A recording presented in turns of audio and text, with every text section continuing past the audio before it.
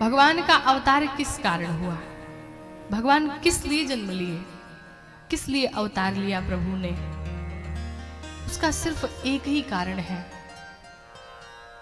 कि वो निर्गुण ब्रह्म, वो निराकार ब्रह्म सगुण साकार के रूप में इस धरती पर अवतार लेता है। उसका मात्र एक कारण है, क्या?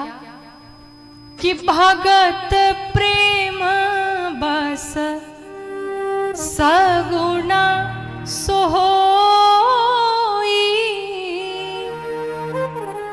सिर्फ और सिर्फ भक्त के प्रेम के कारण वो निराकार ब्रह्म सगुण साकार के रूप में चला आता है और कोई दूसरा उपाय नहीं है। कल भी निवेदन किया था आपसे कि भगवान को पाने का कोई उपाय नहीं है, कोई उपाय नहीं है।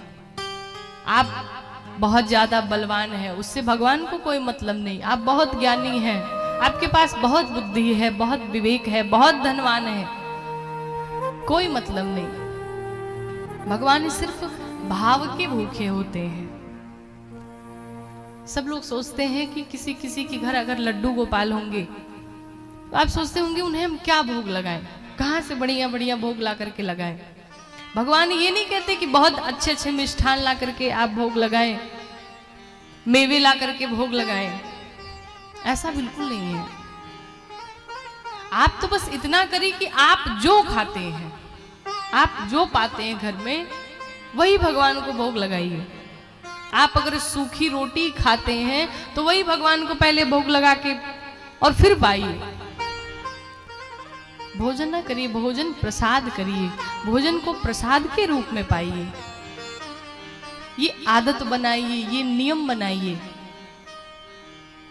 घर में कोई भी वस्तु अगर आए, कुछ भी अगर आप बाहर से लेकर के आते हैं स्वयं के लिए, परिवार के लिए, तो सबसे पहले ठाकुर जी के चरणों में निवेदन करें, प्रभु ये आप लीजिए, पहले आप ग्रहण कीजिए, उसके पश्चात प्रसाद के रूप में हम ग्रहण करेंगे। वस्त्र लाइए अगर खरीद करके तो सबसे पहले भगवान को निवेदन करिए, प्रभु आप पहनिए फिर मैं पहनूंगा। सिर्फ भाव होना चाहिए। भाव तो ऐसे ऐसे देखे जाते हैं लोगों के कि अपने आप भगवान का अगर नाम ही मुख से निकल जाए तो लोगों के आंखों से अश्रु निकलने लगते हैं। ये भाव है। भगवान के सामने जाकर के रोइए, भगवान कैसे मिलेंगे? हम भगवान के पास नहीं पहुंच सकते, हमारे अंदर इतना सामर्थ्य नहीं है कि हम भगवान को पहचान पाए, भगवान के पास जा सके। हमारे पास इतना सामर्थ्य नहीं है, लेकिन भगवान हमें ढूंढ लेंगे।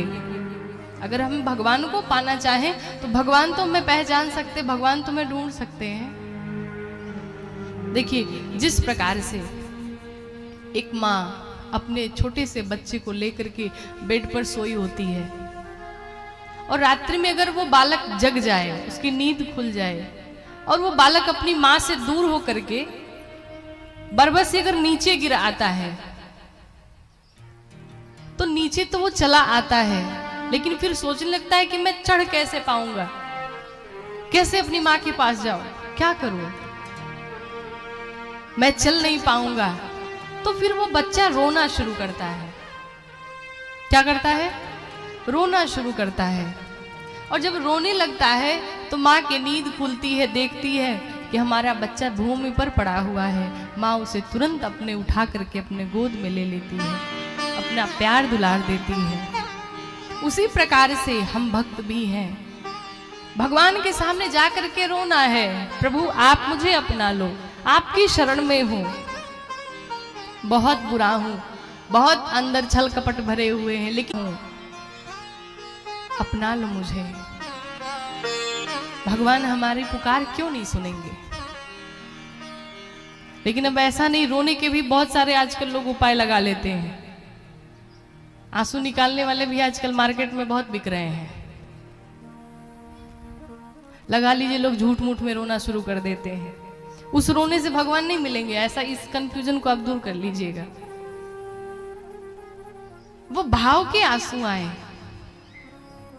नेत्र में वो भाव के आंसू आए, तब जाकर के भगवान आपको मिलेंगे।